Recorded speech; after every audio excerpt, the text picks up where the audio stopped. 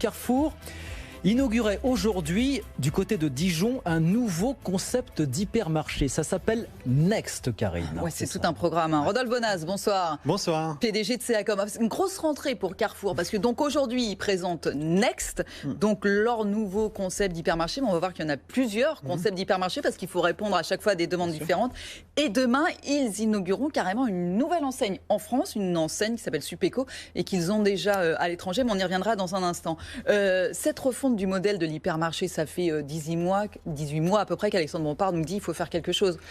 Ben là, ça y est, on s'inscrit. C'est vraiment ce qu'on avait appelé le plan de transformation des hypermarchés. Et là, on voit qu'au cœur de ce nouveau magasin se développent toutes les attentes, toutes les envies des consommateurs, puisque, bien sûr, la part belle est donnée, vous savez, à l'expérience de consommation, c'est-à-dire le frais. Ils ont créé ce qu'on appelle la fraîche avenue. C'est vraiment un lieu dans lequel on va pouvoir à la fois, bien sûr, retrouver la boucherie, la marée, les fruits et légumes, mais aussi cet univers de traiteurs, de l'asiatique, de l'italien. On pourra manger sur place. Alors, on va pouvoir manger sur place. Juste à côté, il y a près de 200 places de restaurants. Vous voyez, on se rapproche un peu, je ne sais pas si vous vous souvenez, de Emma Fresh. Vous savez, c'est cette enseigne créée par Alibaba en Asie qui faisait exactement la même chose et donc qui proposait aux clients d'acheter ces produits. Au passé. Ça existe toujours ? Toujours, bien sûr, qui propose ce type d'offre. Et donc là, on va dans l'hypermarché. Ouais. On est dans ce rayon frais, dans cet espace sensoriel.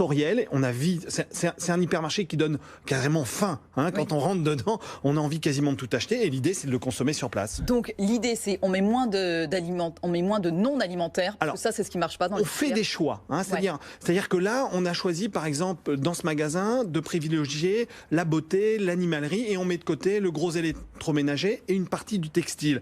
Pourquoi ? Parce que on veut vraiment événementialiser et rendre l'expérience client intéressante, avoir du conseil, pouvoir toucher, sentir, goûter les produits. C'est l'intérêt du magasin. On l'oublie souvent. Maintenant, aujourd'hui, on va en magasin pour toucher, sentir, discuter avec un vendeur. C'est une tentative de Carrefour, mais pas que de Carrefour, de tous les acteurs de la grande distribution, d'essayer de relancer le concept d'hypermarché, dont on dit qu'il est voué à disparaître, Rodolphe. Est-ce que c'est vrai, finalement ? Alors, il ne faut pas oublier que même s'il y a, un peu moins de clients dans les hypermarchés, il y a encore beaucoup de clients dans les hypermarchés. Il y a encore de l'avenir pour l'hypermarché. Bien sûr. Là, ici, ce que je veux vous dire, c'est que souvent on dit les hypermarchés sont voués à disparaître. Non, on a un souci sur les très gros formats d'hypermarchés. Je rappelle qu'un hypermarché, c'est un magasin qui fait plus de 2500 mètres carrés, mais dedans, il y a des magasins de 3, 4, 5, 6 000, et puis des magasins qui font 15 ou 20 000. Ceux-là, on va les réduire. Mais aujourd'hui, des hypermarchés de 5, 6, 7, 8 ou 10 000 mètres carrés fonctionnent encore très bien. Et on a ouvert, je le rappelle, en 2018, encore plus 66 hypermarchés, c'est-à-dire on a un solde positif d'ouverture d'hypermarchés. C'est ça. Donc le concept ne disparaîtra pas, il évolue.